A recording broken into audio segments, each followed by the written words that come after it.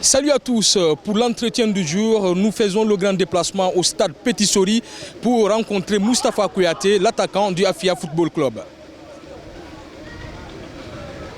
Quand on est avec toi, on a envie de poser beaucoup de questions. Mais on va commencer par les questions des internautes. La première question, quand vous jouez en Guinée, vous étiez l'un des meilleurs attaquants. Vous avez marqué en 2010-2014 40 buts en 78 matchs. Pourquoi vous avez quitté le championnat guinéen alors que le championnat vous offrait beaucoup d'opportunités? En cette période, j'étais encore jeune. J'étais jeune et puis j'avais beaucoup plus l'ambition de sortir du pays, aller montrer ce que je pouvais faire hors du pays. C'est vrai que ça me réussissait beaucoup parce que j'ai eu à avoir un entraîneur avec moi dans le Fellow Star de l'Abbé qui m'avait beaucoup mis confiance. Il avait beaucoup de confiance en moi. On avait un très bon groupe en ce moment.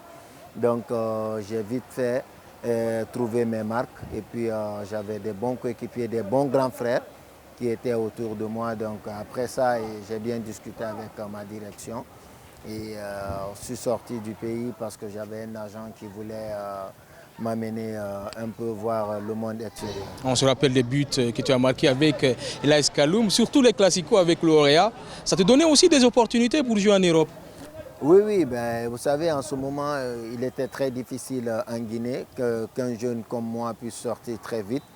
Parce que je me rappelle bien, pour sortir de ce pays, il fallait que Amadou Diaby organisait des détections ici. C'était à travers là-bas qu'on pouvait vite sortir. Ce n'est pas comme maintenant où les agents viennent un peu de partout. Il y a des intermédiaires à travers quelques 2-3 vidéos. Tu peux trouver un club ailleurs. Ce n'était pas comme avant. Et avant, il était très difficile. Sinon, il y a beaucoup de talents en cette période qui sont gâtés aujourd'hui, qui sont là et qui n'ont pas continué le football. Si cette période dont on est aujourd'hui, c'était la même période, beaucoup allaient être professionnels parce qu'il y a beaucoup plus d'argent disponible aujourd'hui, de clubs qui viennent vers l'Afrique pour trouver des joueurs qu'avant. Donc voici ce qui m'a permis de profiter de la première opportunité sortie. Après, vous arrivez au Gabon, vous connaissez très bien ce championnat-là. Vous allez nous parler de votre parcours parce que vous avez joué dans beaucoup de clubs au Gabon. Oui, j'ai joué dans pas mal de clubs au Gabon, mais ma venue d'abord, c'était à Ombilanziami, OM. Donc, je suis venu là-bas au Mercato. Je suis venu au Mercato après que on est devenu champion de Guinée avec l'AS Kaloum.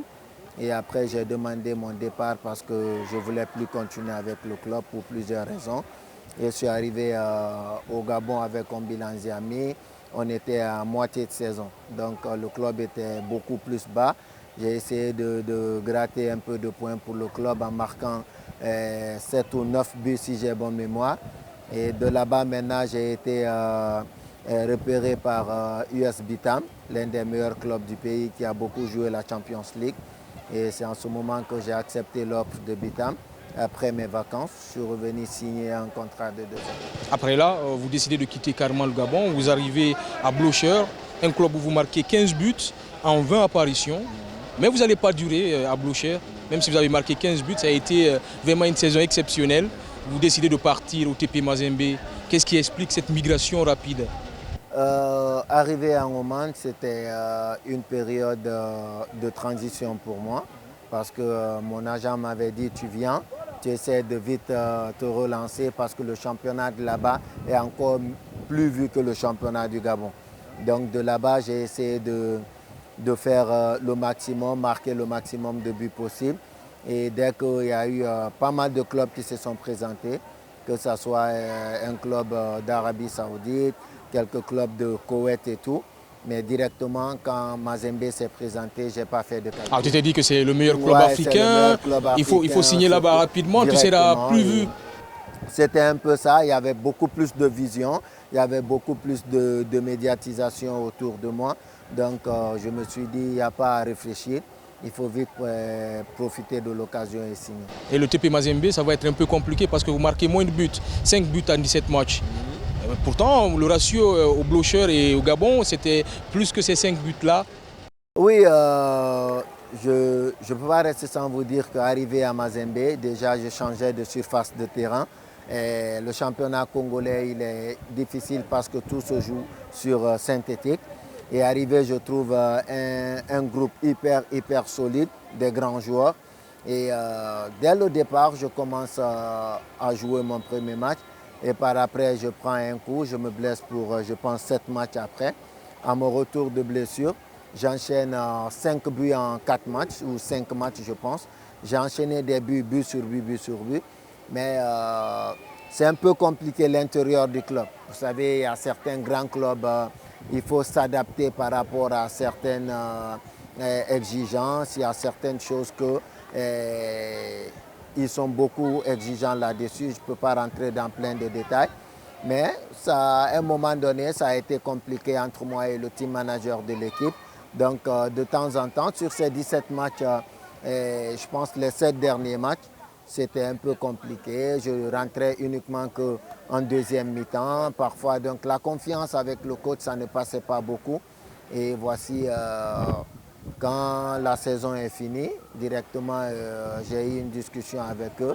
Ça ne passait pas avec le team manager de l'équipe. Et tu as décidé d'aller te relancer au Raza. De partir. Et là, c'était le Raza, Casablanca, un grand club marocain, africain. Oui. Et là aussi, tu n'as pas marqué beaucoup de buts. La confiance manquait un peu ou bien c'est la blessure qui te fatiguait beaucoup? Là-bas, ce n'était pas la blessure. Par exemple, quand je quitte Mazembe, il y a eu d'abord beaucoup de problèmes administratifs parce qu'il a fallu l'intervention de notre fédération ici pour que Mazembe puisse avoir un accord avec l'Oraja pour pouvoir donner mes papiers. Puisque c'est moi-même qui ai décidé de quitter Mazembe puisque je ne m'entendais plus avec le club, or que j'avais un contrat. Et j'ai le plein droit parce que si je ne me sens pas bien, je peux changer d'environnement. Donc, arrivé au Raja, c'est quand je signe. Maintenant, il ressort que non, il faut que je retourne à Mazembe. Donc, avec des négociations, on a trouvé un compromis pour que je reste et au prochain transfert. Là, maintenant, ils avaient leur 50% sur mon prochain transfert. Et arrivé maintenant, et je n'ai pas pu faire la préparation avec l'Oraja. Je suis rentré directement pour les demi-finales de la Coupe arabe et la finale. Donc, j'ai joué 2 matchs et puis on a pris la Coupe arabe. Et de là-bas, maintenant, on a eu 2 semaines de vacances. On est revenu. Il n'y avait pas de temps. Le championnat s'enchaînait directement. Et moi, je n'avais pas eu beaucoup de temps de préparation. Donc, c'était un peu difficile pour moi au départ.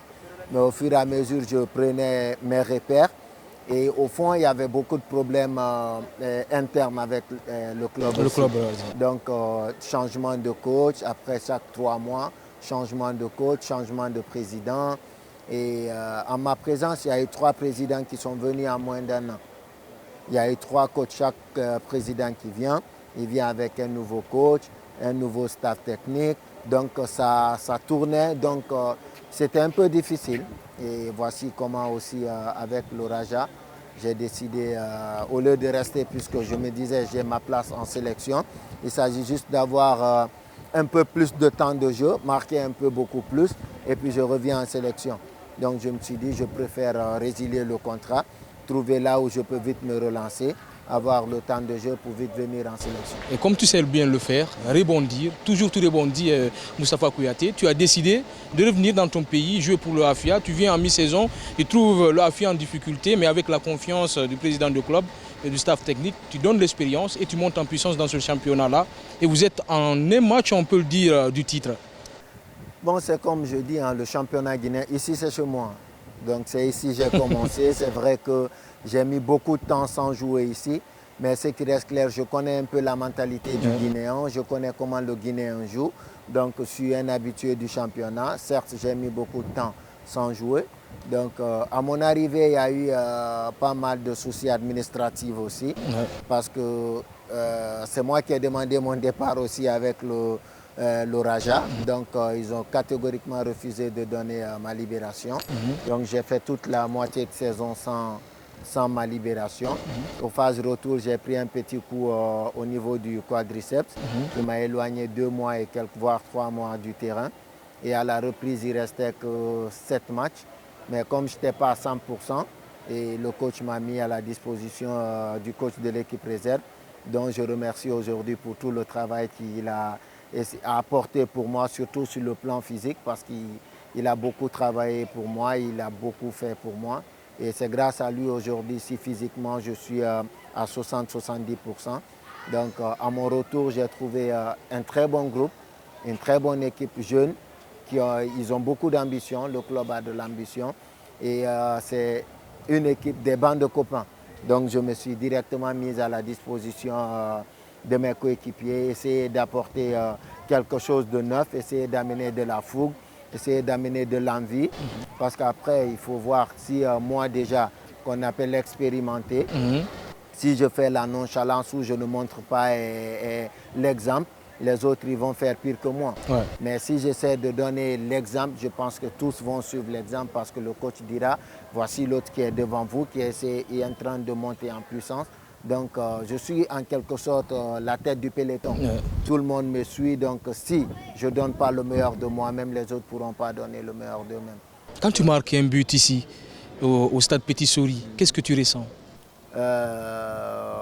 Je ne peux pas vous dire réellement ce que je ressens. Parce qu'on sent que ça explose hein, quand on marque un but au stade Petit Souris. On a un public fou, on a un public qui aime l'équipe parce qu'il faut voir que le club, c'est un club légendaire. C'est un club triple champion africain qui aujourd'hui a un grand CV sur le plan continental. Et qui rêve, qui continue à rêver. Oui, aujourd'hui on rêve encore de relancer cette équipe sur le plan continental. Donc quand j'arrive à marquer devant ce public, surtout devant mes dirigeants qui m'ont porté confiance pour me faire revenir, ce n'est qu'une satisfaction, une joie interne dont je ne peux pas décrire, sauf à travers ma célébration sur le terrain qui montre combien de fois je suis vraiment heureux avec mes coéquipiers, avec le staff technique et tout le public sportif qui viennent nous suivre lors de nos différents. Alors on finit cet entretien avec cette question, une question d'un internaute. Est-ce que ça vous arrive des fois de penser à l'équipe nationale? Penser oui, parce que je suis toujours l'équipe nationale, que je sois appelé ou pas. Et pour moi, c'est un rêve de voir l'équipe nationale grandir, l'équipe nationale remporter ces matchs. Vous avez envie d'être appelé par Kaba Diawara? Of course, c'est normal parce qu'aujourd'hui, je dis que j'ai ma place. J'essaie de donner le meilleur de moi-même, essayer de revenir le plus vite possible parce qu'il y a une CAN qui est en vue, même si on n'est pas à 100% qualifié.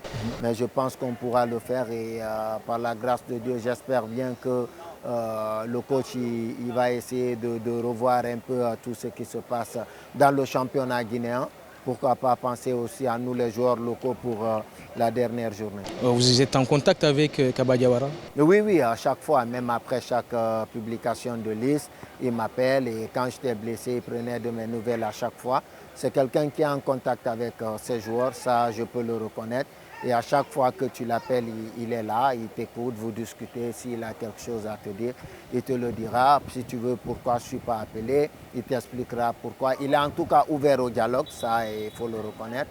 Et je pense bien qu'il va aussi revoir un peu par rapport au cas de nous les locaux qui sont là aujourd'hui, qui rêvent aussi de revenir plus vite avec l'équipe A. Et ceux qui ne sont pas encore venus, qui ont leur place, qui donnent leur meilleur, je pense qu'il va revenir voir beaucoup plus les joueurs locaux pour voir s'il y a une place pour certains joueurs. Merci à Moustapha Kouyaté d'avoir accepté notre invitation et surtout de nous avoir reçus dans ce stade exceptionnel où vous marquez des buts.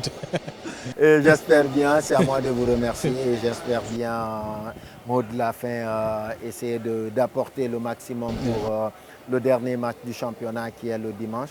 J'appelle tout le public sportif de Guinée, surtout les fans de Afia Loba Bata, et de venir nous supporter pour essayer de remporter le match contre la Flamme ici qui nous donnera le titre de champion de Guinée. Merci. Woo!